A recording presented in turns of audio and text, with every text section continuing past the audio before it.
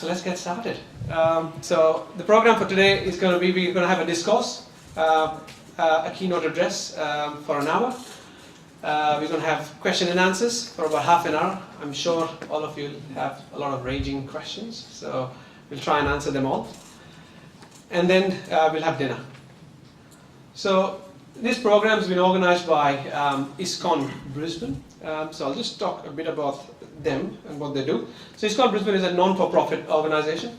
What they do, a wing of ISKCON Brisbane reaches out to professionals, entrepreneurs, and help them lead a holistic lifestyle, which fosters personal growth and which ultimately results in universal success. So that's their motto, very special. Most of you who are, it's an invite-only program, so most of you know the topic for today's program. Who doesn't know the topic for today's program? Okay, great. I'm glad everyone knows. So the topic is ethics for sustainable growth. Now, who here wants to grow? Can I have show of hands, please? Everyone, can I? Oh, some people don't want to grow. Can I have show of hands, everyone, please? Who here wants to grow rapidly? Yes? Who believes it's a very cutthroat world out there? And it's difficult to grow? Yes. So we all are faced with all these questions every day. It's an integral part of the business world. And growth usually comes at a cost. What is that cost? The cost of relationships, family, health, environment. So we all go through this. It's a very pertinent question that we don't often ask. So we've got a very special speaker today to talk about this, this very important subject. So I'll just talk a bit about the speaker. So Bhakti Rasa Amrit Maharaj has completed his bachelor's in engineering and his MBA. He has also worked in senior management roles for Standard Chartered Bank as well. Then he was inspired by Vedic wisdom, and he's been a monk for 30 plus years, and he's been traveling the world. To give practical application of spiritual knowledge in day-to-day life. He's a spiritual activist. He's a community builder. He's building an eco-friendly community as well, over 400 acres overseas.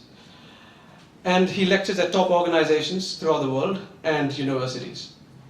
So I have heard personally a lot of his discourses. And what really resonates with me is how he seamlessly combines his knowledge of the management world, business world, and spiritual knowledge, and he presents it in a way that people like you and me can very easily understand. So, without any further ado, please join me in welcoming His Holiness Bhakti Rasa Amrit Maharaj.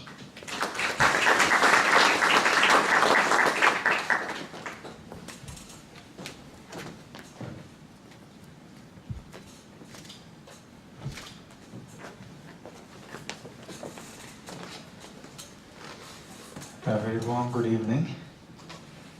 I must begin with a word of apology that I'm a little late. I have just flown in from Perth. I've barely had time to settle in, and I've been a little unwell. It's one of the challenges of life. And then encountered the Brisbane traffic on the way. Thank you for being patient. It is our custom that we begin any talk with some auspicious invocation by chanting some mantras. So if you permit me, I will do just that for a minute or two. Om Adhyanatimmirandhasya Jnananjana Shalakaya Chakshurunmilitam Yena Tasmai Shri Gurave Namaha. Shri Chaitanya Manobhishtam Sthapitam Yena Bhutale Swayam Rupa Kada Mahyam Dadati Svapadantikam.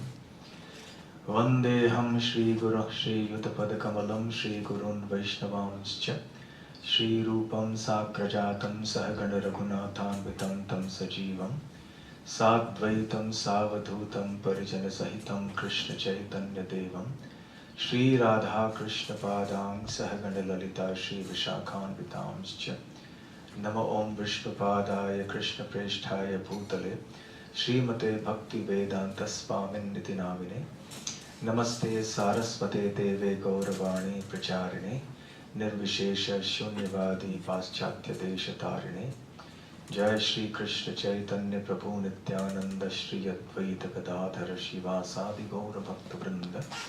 Hare Krishna Krishna Krishna Hare Hare, Hare Rama Rama Rama Hare Hare. Ethics and sustainable growth. That's the topic. And are the two mutually contradictory? Can you have growth and ethics simultaneously? Or looking at it another way, the opposite way, is it possible at all to have anything sustainable without ethics?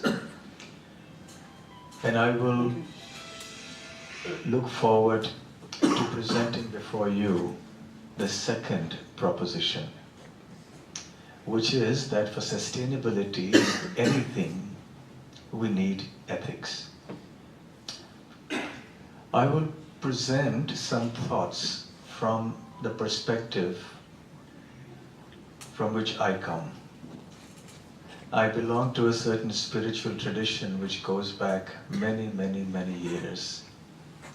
And a tradition that has produced profound wisdom, profound sages who have extensively spoken about how, whilst living in this world, one can apply spiritual knowledge.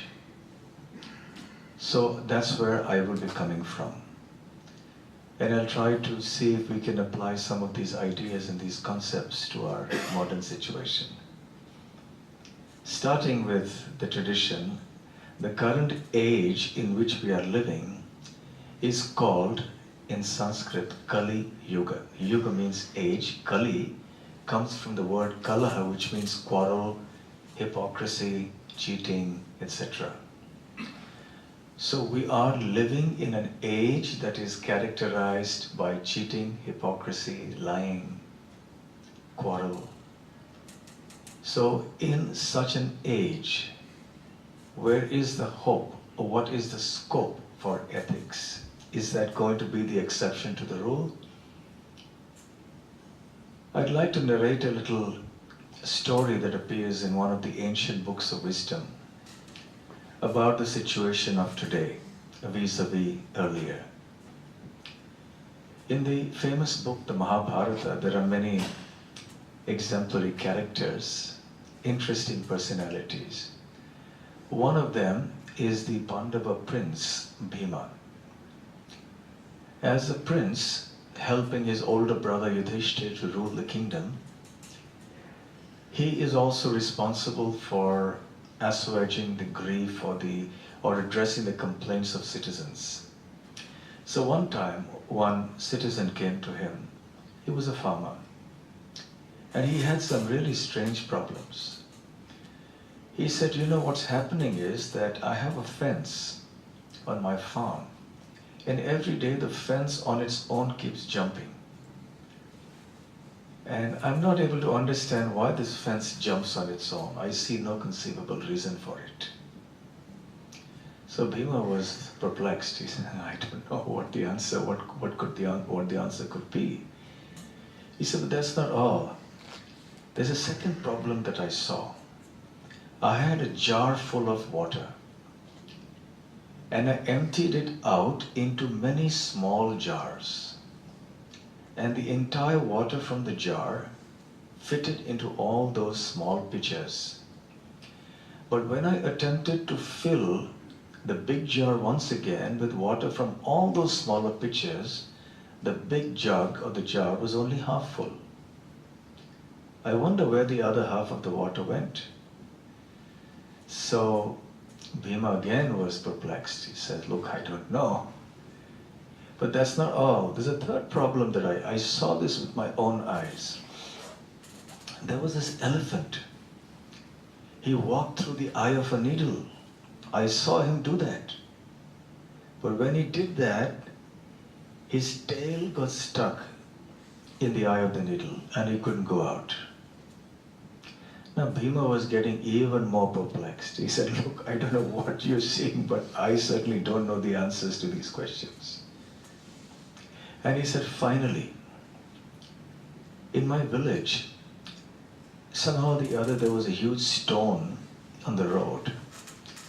And in order to aid the smooth passage of traffic, we tried to move the stone to the side. So many of the strong men in our village, some of them are wrestlers and so on, they tried to lift that stone, but they couldn't make it budge, even an inch. And then came along a hermit. He had a little stick with him. And he just waved his stick and the stone moved to the side. So Bhima said, this is too much for me. I don't know. You please go and consult my older brother, the king, Yudhishthira, because he's very wise. And he understands all these mysterious phenomena. So Bhima took that person and went to his older brother. Yudhishthira patiently heard the whole problem. And he said, actually, it is an indication that the age of Kali, the age of quarrel and hypocrisy and cheating and lying, has arrived. Bhima said, how so? He said, you see, each of these 4 incidents indicate something. The first event that happened was that the fence jumped from the boundary of his property to the next person's property, and it kept encroaching the other person's property. He said, because in this age, people are greedy. They're going to become very greedy. They will never be satisfied with what they have. Generally, one has what one has by the arrangement of providence. One may work hard, or one may not work hard. We see that sometimes people work hard and they don't receive the fruits of their labor, and their business or their endeavors are not fruitful. On the other hand, sometimes we also see that people with very little endeavor suddenly achieve a lot of success. Just as an aside, for example, someone buys a lottery ticket and gets $1 million for very little effort. And someone works hard all his life and is barely able to break even, or has a business but the business collapses. So hard work is not everything. Intelligence is not everything. There is something there, something mysterious, something mystical that is also a factor for success. So in any case, in this age that we are just entering into, people are not going to be satisfied with what destiny brings into their life. Because of their excessive greed and ambition, they will be perpetually dissatisfied and will always strive to get more and more and more, and in the process will not mind encroaching on other people's rights, on other people's rightful share. So this is a symptom of the age to come. As far as the second incident, the big pitcher of water emptied out perfectly into all the smaller pitchers, but the reverse didn't happen, there was only 50%. So he said in this age, it's an age of ungratefulness. So when you do something good for someone, don't expect anything good in return. At the most, you'll only get 50% of what you've given. So if you give love to someone, expect 50% back, not more than that. If you're lucky, you'll get the 50%. If you've done some good to somebody, don't rest your hopes on that person returning the favor to you sometime. Because lack of gratefulness is one of the symptoms of this age. The third, the elephant going through the eye of a needle, but the tail getting stuck in the eye of the needle. In this age, Yudhishthira explained, of Kali, people will be inclined to spending a huge amount of money for their personal gratification, especially their sensual gratification. for their physical pleasures, for good clothes, for good food, for the good things of life, quote unquote. And they will they will leave no stone unturned to see that they get all the luxuries and comforts and pleasures of life. For themselves, they will be willing to do anything. But when it comes for doing welfare work for others, philanthropy and working for the well-being of other people, they become mysteriously reticent. They don't want to help. Their pockets are not deep anymore. Neither do they have a big enough heart to help others. As far as the fourth incident is concerned, that material endeavors will not be successful in this age of Kali. Sometimes there is success, sometimes failure, but this will be very painful. Even when there is success, what events leading up to success will be painful, and the events post-success will also be painful. What will work in this age is spiritual power. So therefore one should try to acquire spiritual power. One should lead one's life with a spiritual bent of mind. One should acquire spiritual values. One should should adopt a philosophy of life that is based on spiritual knowledge. Then one will be able to conquer the ills of the upcoming age, the Kali Yuga. So this is an interesting story that teaches us, that warns us first of all about the qualities of the age in which we live. And that it is inevitable and unavoidable that we are going to have all sorts of problems. Many of the problems stem from our wanton pursuit of wealth and power and prestige, self-aggrandizement, selfish pursuit of wealth and the pleasures that come with wealth. Now, is pursuit of wealth wrong in and of itself? No, it isn't. Again, I will invoke a concept from the ancient book of wisdom from India called the Bhagavad Gita. I suppose many of you have heard of this book, and perhaps some of you haven't.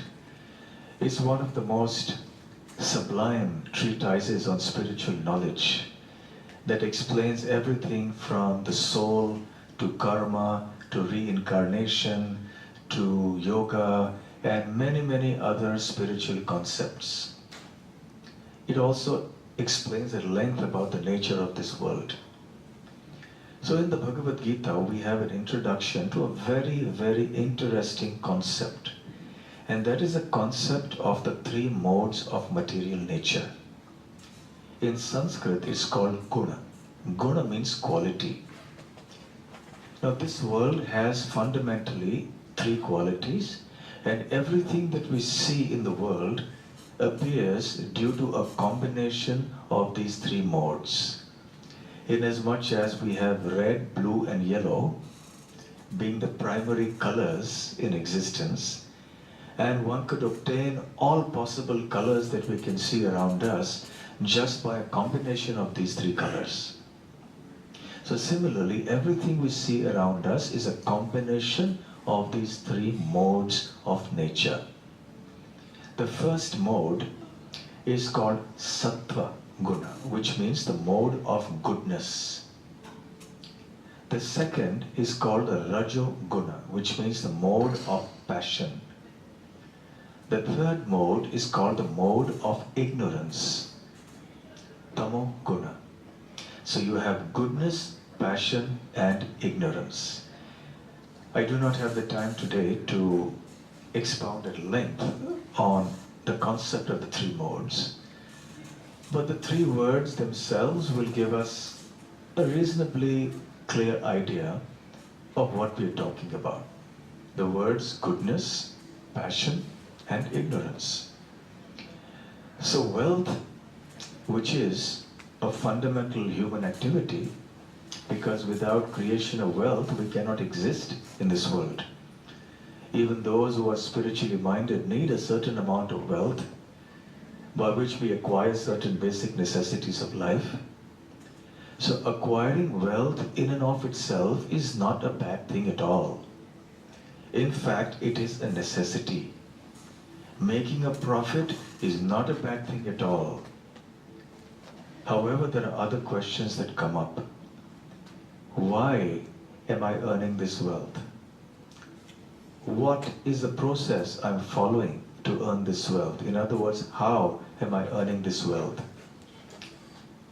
And once having acquired this wealth, how am I spending it? The answers to these three questions will indicate our frame of mind, our state of mind, our consciousness. So wealth that is sattvic, or in the mode of goodness, is that which is earned by virtuous means, by noble means, by ethical means. And it is utilized, and the results of this are, and the intention for doing this is, one's own welfare and the welfare of others as well.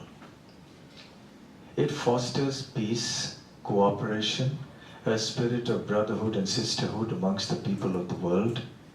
It facilitates the onset of a mode of joy and satisfaction in humanity.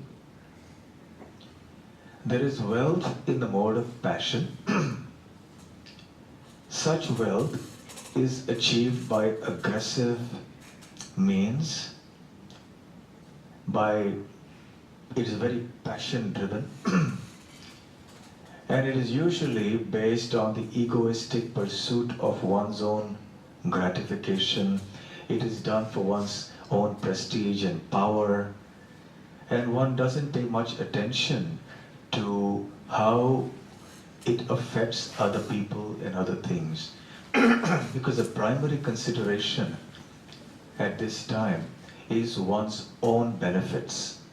How much one is able to acquire at this point in time, how much one is able to enjoy. Third is wealth in the mode of ignorance. This is wealth that is earned by deception and cruelty.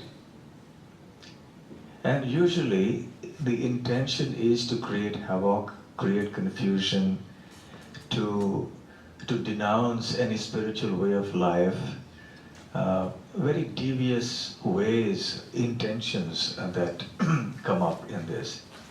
Thank you.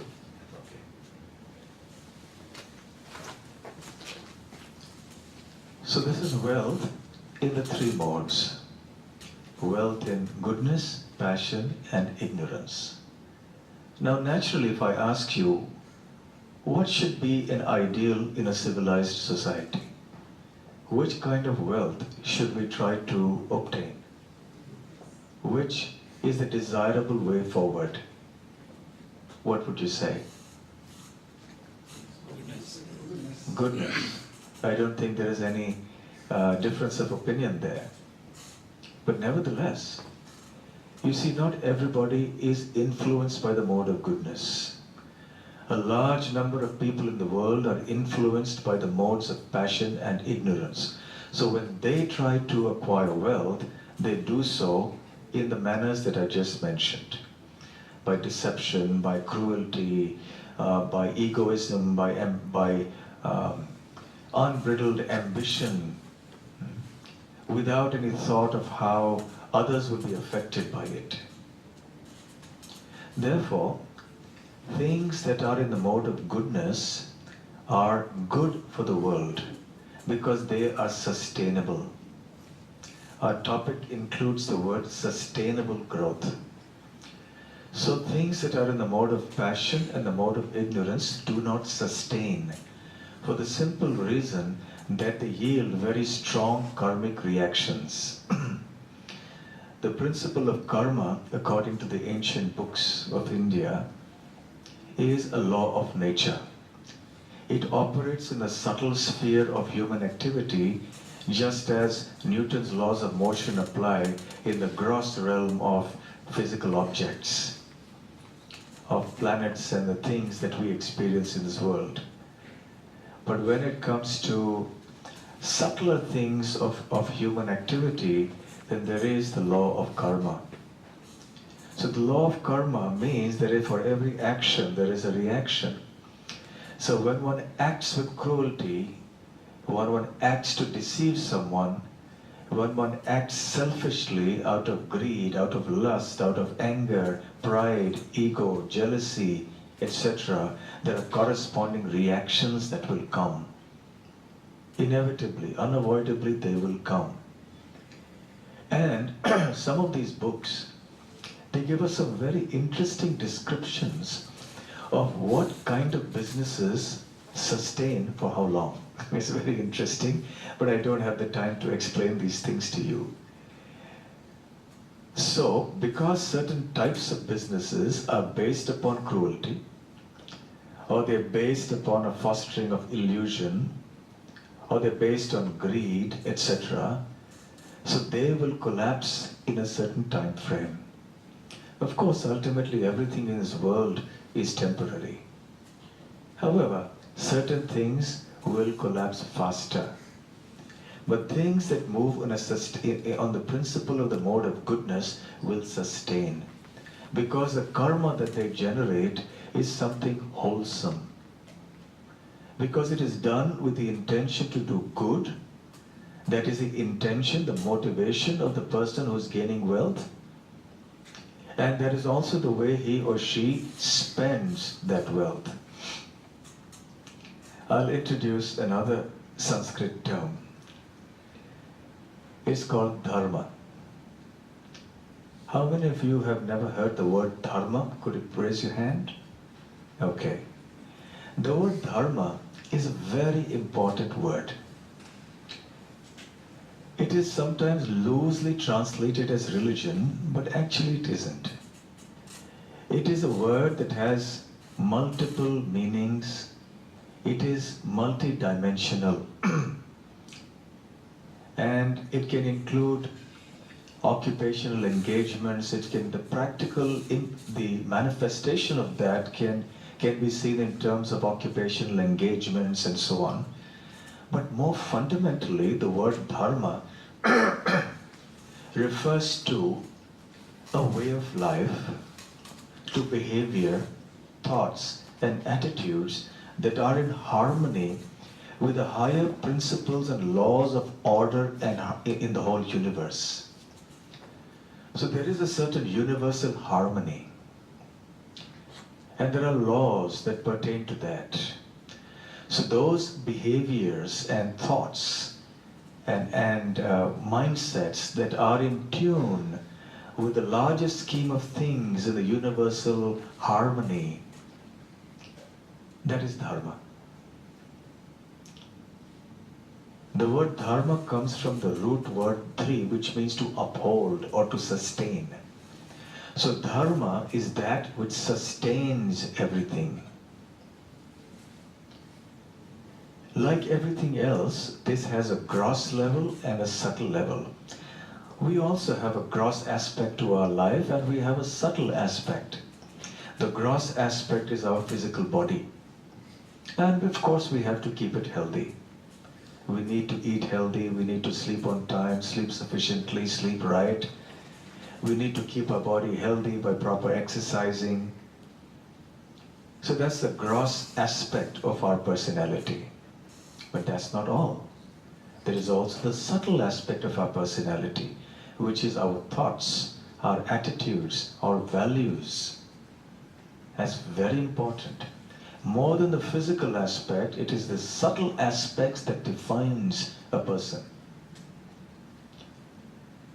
So also with everything else in existence, there is a gross aspect and there is a subtle aspect. So when we speak of dharma as a principle that upholds everything, we speak not just in terms of physical things like the law of gravitation, which holds up things, or let's say keeps planets in their orbit, or with other forces or laws of nature that keep things moving in a very precise way, in a predictable way. But we're also talking of certain subtle things that maintain the harmony of the cosmos. On a physical level, these things are relatively easy to understand. For example, nowadays people, and rightly so, are very concerned with the degradation of the environment. Because we're chopping off trees, we are doing all sorts of other horrendous activities that is completely changing the way our planet is physically. And that has its effects upon us. Global warming, climate change, and lots of other things happening, which have a direct repercussion on our physical bodies, on our health, and on the climate around us, on the world around us physically. So this is easy to understand. Everybody appreciates that. Because it affects the physical gross dharma of the world. Because we don't act in tune with the physical harmony of the world, we create an imbalance. What about the subtle part? Let's say I speak a lie. Is that going to affect the harmony of the universe? Let's say I cut trees, or I do something that pollutes the environment. That's easy. Yeah, you're upsetting the harmony of the universe because you're polluting the environment. Right, that's easy to know. What about this? What about me being a liar? How about me being ungrateful? How about me cheating somebody, deceiving somebody? Is that something that's going to affect the cosmos? It does. So there is also a subtle underpinning to this whole concept of dharma. So when we talk of things that need to be sustained, it's not just the physical thing, it's also the subtle thing. So in order for anything to be sustained, one must sustain not just the gross aspect of it, but also the subtle aspect of it. Let's say we have this body. So in order to sustain this, sustain ourselves for a lifetime, we need to eat, sleep, etc. to protect our body, to keep it physically healthy. But we also need to keep our mind and intelligence, etc. properly and gainfully engaged. So our intelligence needs proper engagement. We need challenging intellectual things to do which keep us inspired to go on. Our mind and our emotions need fulfillment. We need very nice, warm, loving relationships with people. Without such warm, loving relationships, we don't experience a sense of fulfillment in life. One may be physically healthy, one may be wealthy, but if one doesn't have loving relationships, if one doesn't feel emotional fulfillment, one is incomplete. Because at a subtle level, one is not leading a wholesome life. This is the example of the human body and mind. Similarly, consider the business scenario. A corporation is a business. A business is meant to generate wealth. And it's also supposed to generate profit. So now in the course of running a business, there is the gross aspect, there is the subtle aspect. The gross aspect is, of course, your hardware, so to speak. You have a certain core business or some core businesses. Let's say you're manufacturing automobiles or you're manufacturing computers or whatever it is. Or you're a service industry like a bank or a financial consultancy. Now you have many things that are necessary for the core business in terms of the technical processes involved. So as an automobile manufacturer, you have to do things right. You have to have the technology right. You have to be very effective and efficient in your assembly on your shop floor. You have to have your design right. You have to have the production facilities right. You have to have your people trained in all the technology and everything right. In a financial consultancy, you need people who know the technical things of how finances work and how you can make money work for people. So that's the hardware, so to speak, of the business. And obviously without that, no business can sustain. So that must be there. However, what about the subtle aspect of the business? The subtle aspect of the business is the values that underpin the business. It is the principles, the ideology, the philosophy behind the business. That's important. Today, leading management thinkers are veering around to opinions and writing treatises and books on this, and that is getting increasingly accepted in the modern day management world,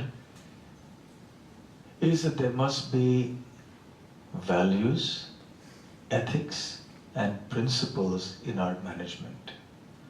Enlightened management thinking for the last many decades, starting with eminent thinkers like Peter Drucker and so on in the 50s or 60s, I suppose. Now people are veering around to understanding that the software of a business is vital, not just to the success of the business, but also to the creation of other kinds of wealth which are very crucial. I'll come to that in a minute. And also to the very sustainability of the enterprise. You see, subtle things that are intangible are very important. They make the difference between success and failure. And also, without principles, even if one is financially successful, one makes a lot of profit, but if one earns a very bad reputation in the society in the process, then what good is it? Or if one causes great damage to some section of the world, then what good is that profit? So therefore, one must generate not just financial wealth, which is financial profit in your balance sheet and your income and expenditure account, but you have to generate other kinds of wealth too. What are these other kinds of wealth? For example, you generate moral and ethical wealth. You have a reputation for being an upright corporation that works according to certain ethical principles. That is your wealth. You know, any business valuation also has an asset on the asset side, something called goodwill, and I'm sure you're all familiar with it. When you want to sell one business to somebody, in the process of valuation, the term goodwill comes up. What is this goodwill? It's actually that, goodwill. You've built up a goodwill among the people of the world. You have a certain reputation, and that is quantified in some monetary terms. So therefore, the reputation one has is very important. So we know that in this world, there are many companies, many businesses that have a good reputation as being ethical organizations, that are principled, that have values that they cherish, that actually, which we understand from Bhagavad Gita's point of view as being values in the mode of goodness, sattvic values. And their philosophy of earning money is reasonably sattvic. Maybe not fully so, but at least to some degree it is sattvic or in the mode of goodness. They're also creating wealth by sustaining, by doing wholesome activities for the people, the consumers, for all stakeholders. The win-win situation. Businesses that will sustain for a long time will be those that incorporate this vital principle of win-win for all stakeholders. I must make a profit, yes, certainly, otherwise why am I in the business? And if I don't make a profit, then I will cease to exist. So So even for my very survival, I must make a profit. But I must share it with everybody. I must share it with people who are affected. All stakeholders, including the employees, the directors, the partners, the consumers, the suppliers, the government, the general public at large, nature, the environment. Everything and everyone is a stakeholder in everything we do. So what is going to be the impact of our business on all these other departments? Not just the financial department, the financial profits. When a business becomes increasingly concerned also about creating wealth in all these other realms, then it can become increasingly sustainable. Otherwise, it will have a short shelf life. So therefore, creating this wealth, different kinds of wealth, is very important. And this is a formula which will then enable the business to succeed. This is dharmic business. Business done in accordance with the principle of dharma. These ancient books also speak of 4 pillars of dharma, because naturally the question may arise in your mind, you're speaking of ethics and you're speaking of dharma and all these things, but what does it really mean? Can you give us some examples of these things? What values are we talking about? Dharma, it is said in these ancient books of wisdom, stands on 4 legs. Just like a table stands or a stool stands on 4 legs. Dharma, that which upholds everything, the physical and the subtle parts of the aspects of the universe, stands on 4 legs. One is called truthfulness. Second is called mercy. Third is cleanliness. And fourth is austerity. These are the 4 principles or the pillars of dharma. And in order that anything in existence sustains, it must follow these 4 principles. Let's take the case of the first one, truthfulness. Truthfulness is not just a matter of me not lying to you when I speak to you, that is the natural understanding of the word truthfulness. But in terms of business, it also means that we should conduct businesses that are run on ethical principles that are truthful. Generally, modern day advertising is not exactly truthful. One of the principles, any of you here in marketing? Yes, advertising, marketing. So one of the principles of marketing, and I'm sure you know much more about this than I do, is to create a need in the minds of people where none actually exists. So you make them believe they need something, when they actually don't. They were quite happy without it. But you go ahead and agitate their minds and stir up their desires and tantalizingly dangle this new thing in front of them and say, look, how did you ever do without this in your life? And this will make your life successful. This will give you really what you want in your life. And so people get influenced by that. They get enamored by that. And that's how we sell. Am I wrong? Right? That's how marketing happens. That's the whole game of advertising is. So many times we are actually saying things that are not completely truthful. We are trying to artificially create things that are not really required. We're not being completely truthful. Even things like businesses where we want quick and enormous returns with very little endeavor or in very short time. is also a kind of business activity that is against the principles of truthfulness. And as you know, such business enterprises are more like fly-by-night operators. They don't last very long. They come, clean up a few pockets and go away. And the promoters usually end up in jail. So the principle of truthfulness is violated, especially in places like the financial industry, the stock markets. I have a dear friend of mine who used to be, and still is actually, in the stock market. And he was telling me of the time about 30 years ago when he started out in his business. He had this other friend who was a very ambitious stockbroker and not quite ethical also. And he devised some scheme or a plan. And he proposed it to my friend confidentially, and he said, come on, you participate with me in this and you're going to make a lot of money.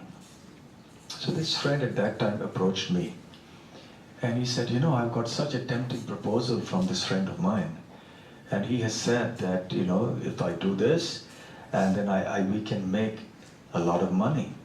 And the kind of figures he was quoting, it was really big money. So that sounded very suspicious, because anytime you hear some proposal about making a lot of money very easily, very quickly, immediately your antenna should stand up and say, what's this going on here? There's something wrong here. So I said, okay, tell me the story. What exactly is this proposal? He wasn't keen to tell me the whole thing, but I made him tell me the details. If you want my honest opinion, you have to explain the whole thing to me. And then I understood it and immediately realized it's not quite right. And I said, stay out of it. You're going to get into trouble, big trouble. This kind of business is big trouble. But the returns were so enticing that he was tempted, and his friend kept pressurizing him. He came back to me once or twice again, hoping that I would change my view so he would feel less guilty about going ahead with it. But I stuck to my guns and I said, no, stay out of it, please. You'll be in real trouble, just stay out. He stayed out. His friend went ahead. Within a short time, in just a year or two, he made such a huge bonanza. He became practically the number one and number two. He got huge buildings, he was rolling in money. He was the number one man. And then came the crash. And somehow it was revealed that he had done something that was illegal to build this whole money. So this whole scheme was built on something that was, the foundation of which was not ethical. It was a debatable thing. Sometimes there are subtle things which you could interpret it one way or the other. But in my assessment, I had told this is fishy, stay out. And apparently things went a little too far and it became clearly something that was unethical and against the law. And he was arrested, he lost everything, and he was in jail. And time went on. And one day, this friend of mine received a phone call from that friend's wife. She was crying on the phone and she told him, I wish my husband had listened to you.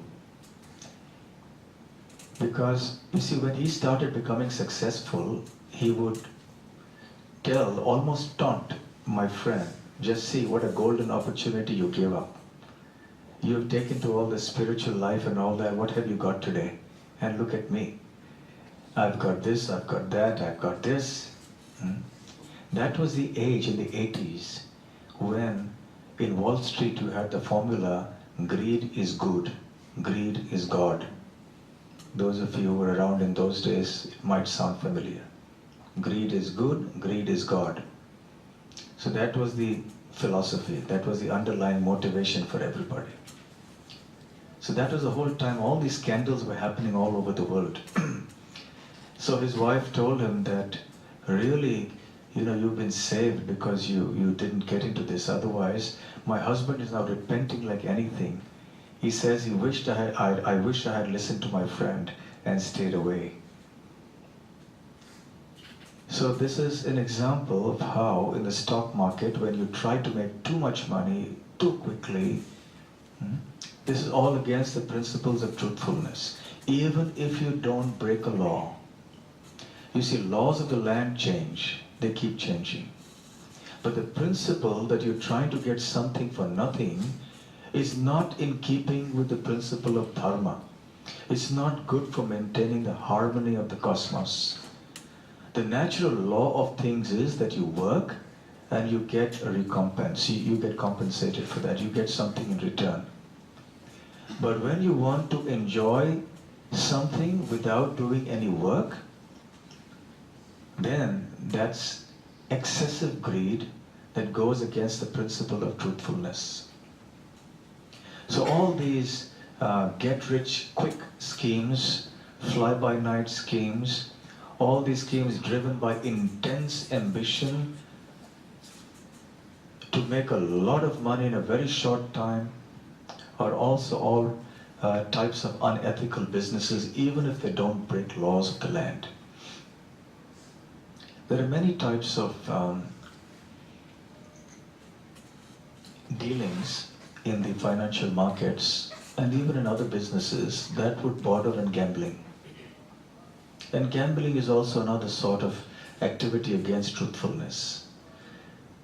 So today, gambling is a multi-billion dollar industry in the world.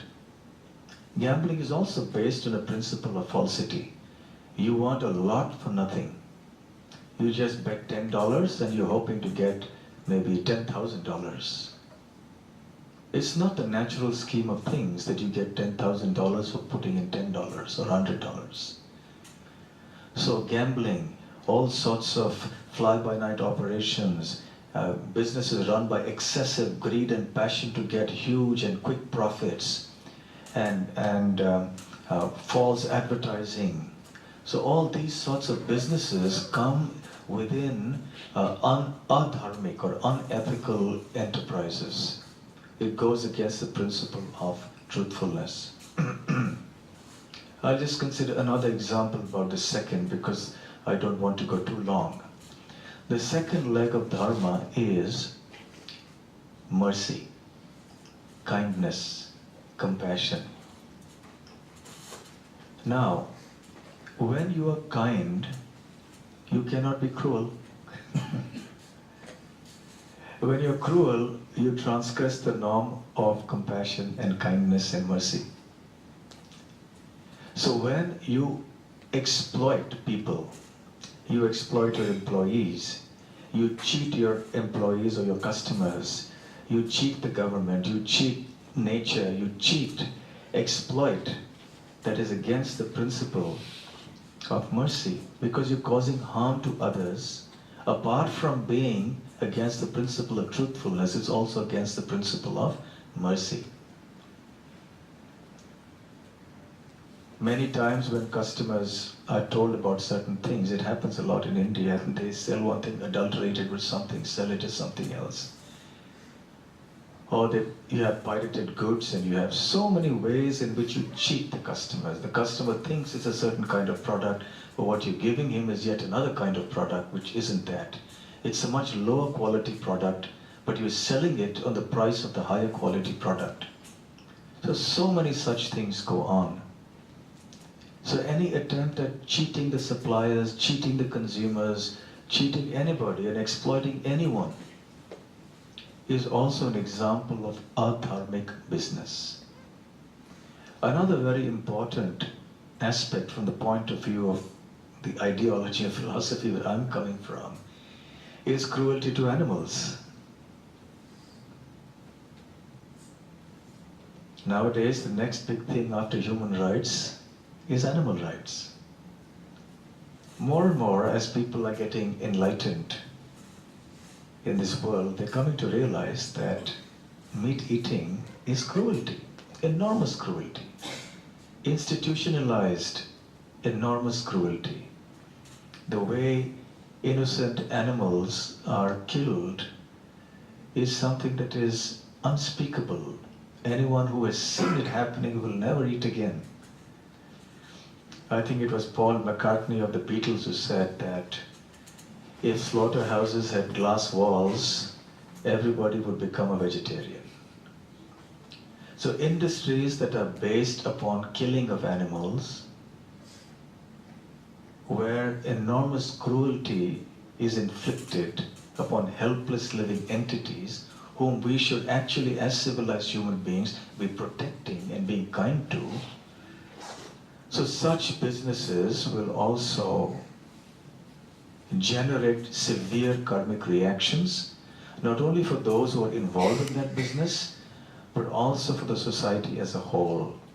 Reactions come back in ways that we cannot imagine. And it doesn't just stay restricted to us. For example, if I light a bomb here, not only will I get killed, but many other people around me will get injured. So I am responsible for my actions, not just for myself, but also for the effect that my actions will have on others. So it is such bad karma. Not only will the business eventually suffer, but everyone associated with the business in the world at large, in general, will also suffer the severe karmic reactions to that. So the point is that we have these principles of truthfulness, mercy, cleanliness, austerity, which are principles of dharma, which are principles of ethical living, of dharmic living. When we do our businesses according to such principles, then they will sustain. Today, many famous corporate leaders who have been successful in their business are showing some of these traits. They're exemplifying these in their business philosophy within their companies. And they have that philosophy that as a promoter of the company, when my stocks go up, I make a lot of money. So the success of the company will make me rich, but I don't want to be rich alone. I want my family to be rich, my family meaning all the employees. I want them to be rich as well. I want them to flourish. I want my consumers to flourish. I want the world to flourish. So a business that is done with this kind of a bent of mind is actually something that will sustain. And at an even higher level, and I'll bring in a spiritual principle here, for one who makes his or her goal of life spiritual, who understands spiritual knowledge and realizes that there's something more than the material in this world, will eventually do everything in life according to this principle. So every activity, every department of life becomes a spiritual thing. And so does one's business. So in such a case, earning money becomes a sacred activity. Your business becomes a holy spiritual thing.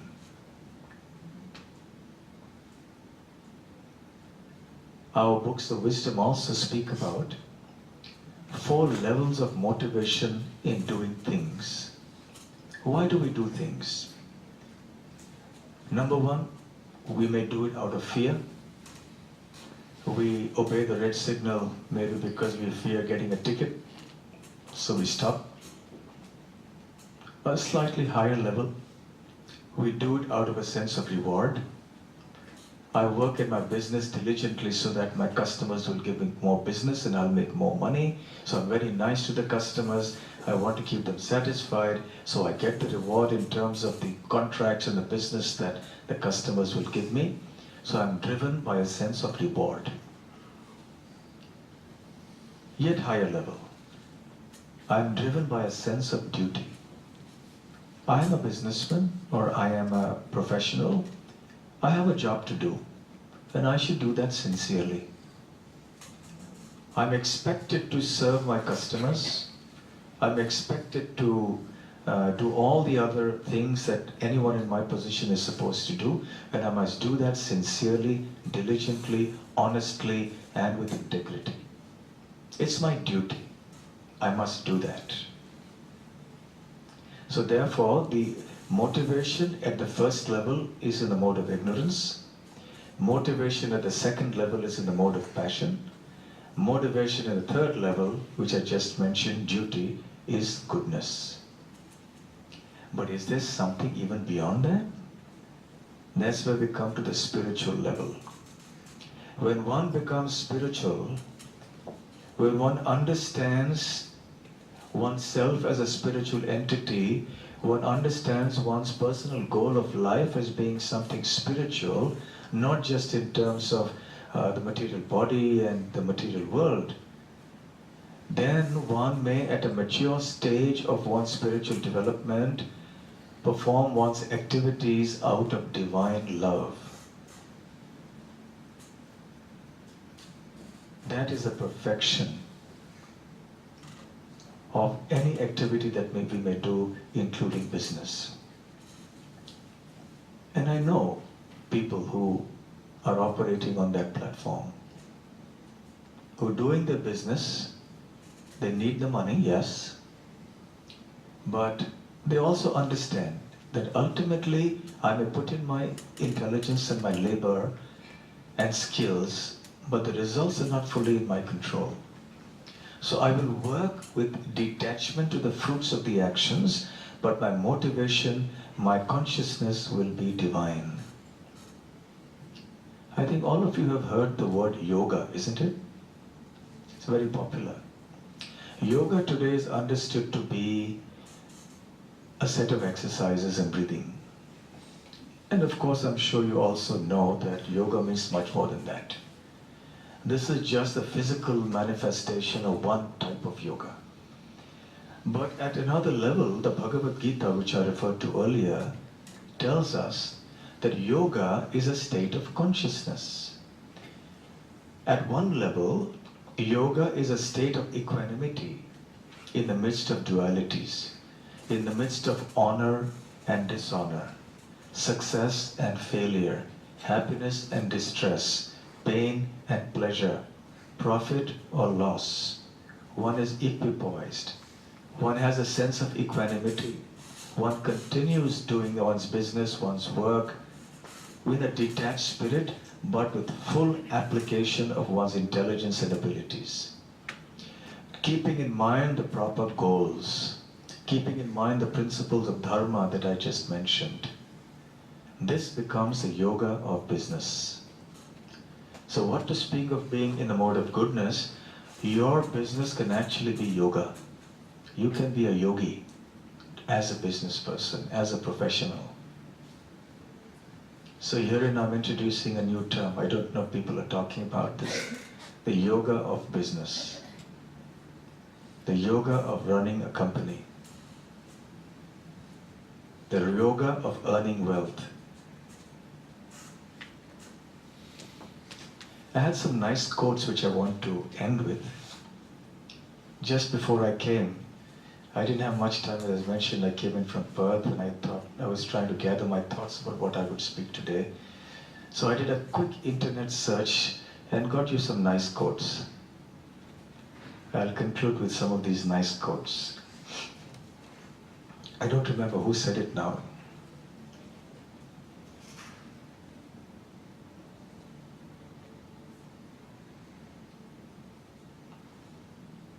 A real measure of wealth is how much you would be worth if you lost all your money. I'll say that again.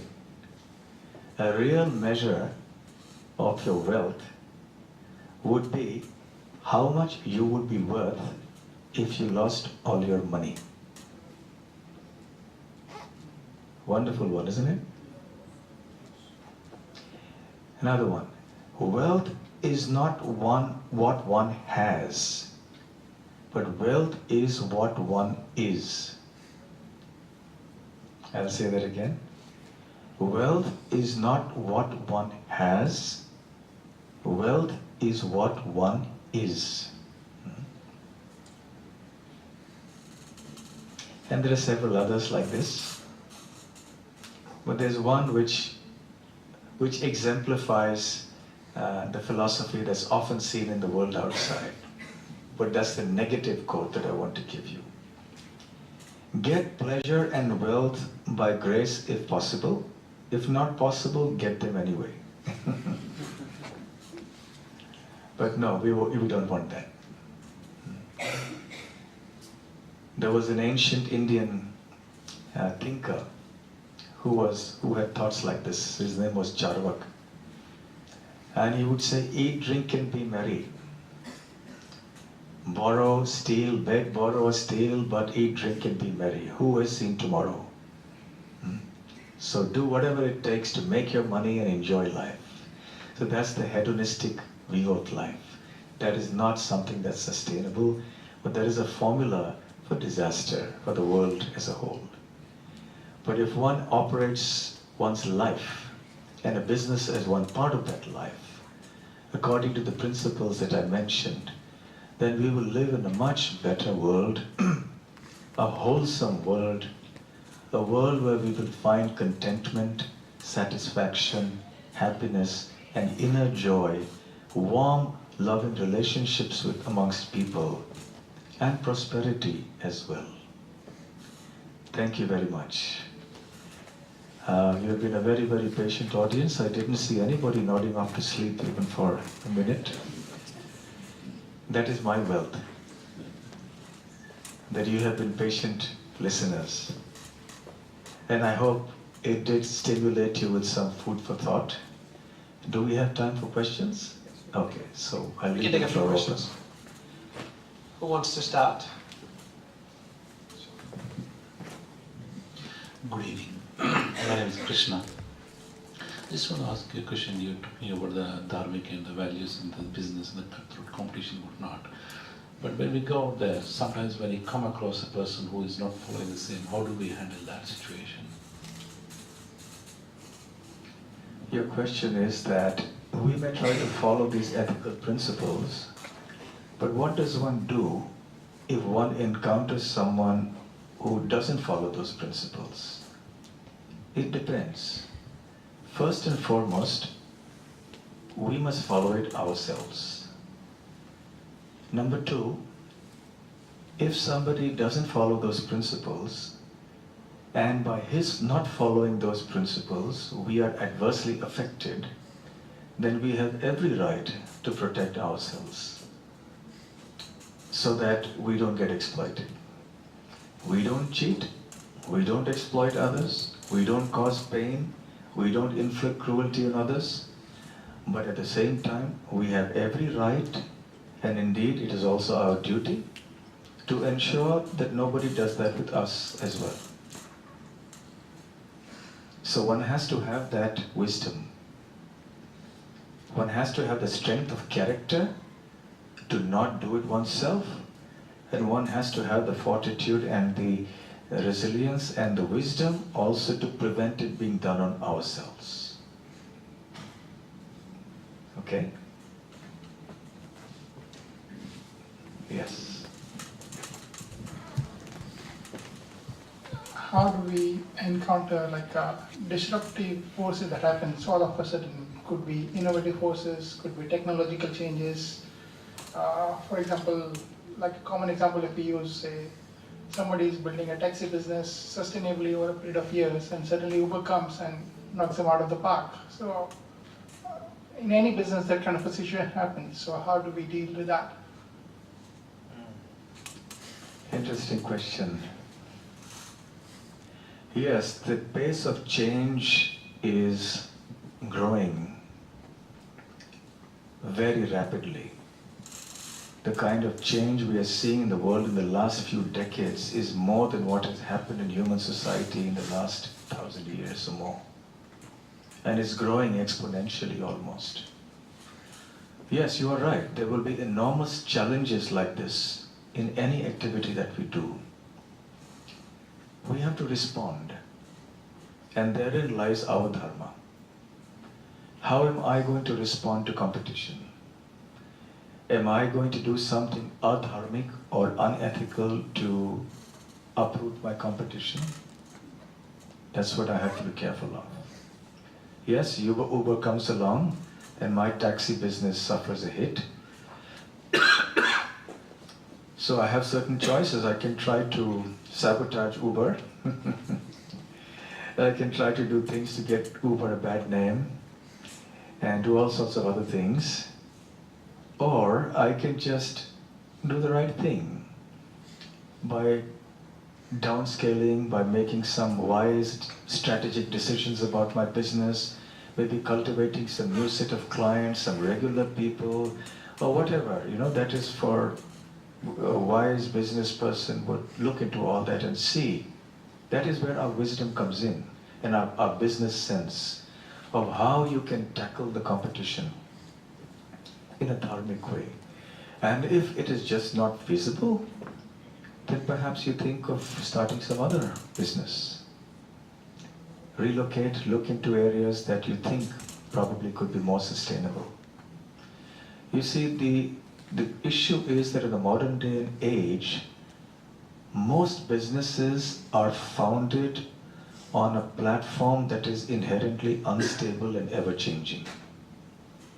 So when you talk of sustainable growth on an unsustainable platform, it's a bit of a contradiction. But that's what we are forced to do now. So this should make us think deeper. I didn't go into those issues now, but it should make us reflect on the state or what we call our economy, our economics. I mean, this whole paper economy, and the one now, of course, is plastic, and now is digital economy. Everything is there. It's also a falsehood. You're talking of dollars, and it's a promise. What is a dollar? It's a promise to pay a certain amount, and usually it's supposed to be backed by a certain amount of gold that's kept in the marketplace, in the central bank's coffers. But there's no way that the gold will match up to the currency in circulation. So it's a falsehood. And therefore you have all this inflation and recession and so many other things happening. So fundamentally, the problems of the kind that you're mentioning now happen because our whole economics is a little skewed, a little topsy-turvy. It's not natural. We are making it's very artificial. And therefore it's very brittle and any time can crumble. And indeed we see that happening in cycles. The markets just collapse one day. There's a major depression or a recession. These things happen. And even if our business is in harmony with the universe, but still there are forces. There may be a tornado or a typhoon, or there may be something like that happens, a natural disaster. So that's part of living in this material world. Which is why all the more we need some more spiritual knowledge and spiritual consciousness to be able to deal with these forces which are beyond our control. Okay? Thank you. Any other questions? Yes. You have used the word passion in a very negative connotation. But later on when you are describing and the pillars and all things, so one has to be passionate in whatever they are doing, even if it is for goodness of the people. But why passion is being used by you as a term for greed? Okay, good question. Passion can have two aspects to it. The one aspect is the way in which it is referred to in that classification of the three modes, the mode of passion. That passion, or the word passion used in that context, indicates excessive greed, excessive worldly ambition, excessive ego, and so on. So when a person is driven primarily by the mode of passion, that person has these things. At the same time, as you have rightly said, that not all passion is bad. When there is passion that is devoid of excessive selfish interest, devoid of excessive greed and pride and ego, when there is passion to do something that is right, that is good, then that passion is good.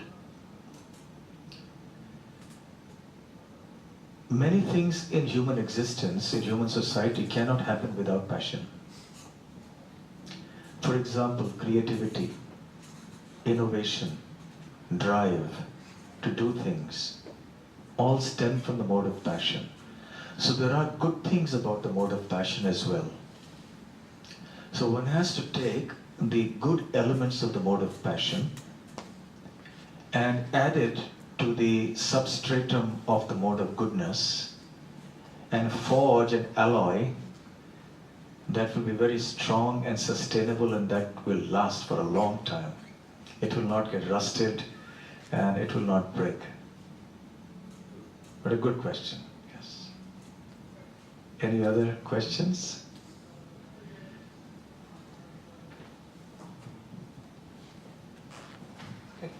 Thank you everyone for coming. Once again, thank you Maharaj for a wonderful discourse. Thank you very much. We'll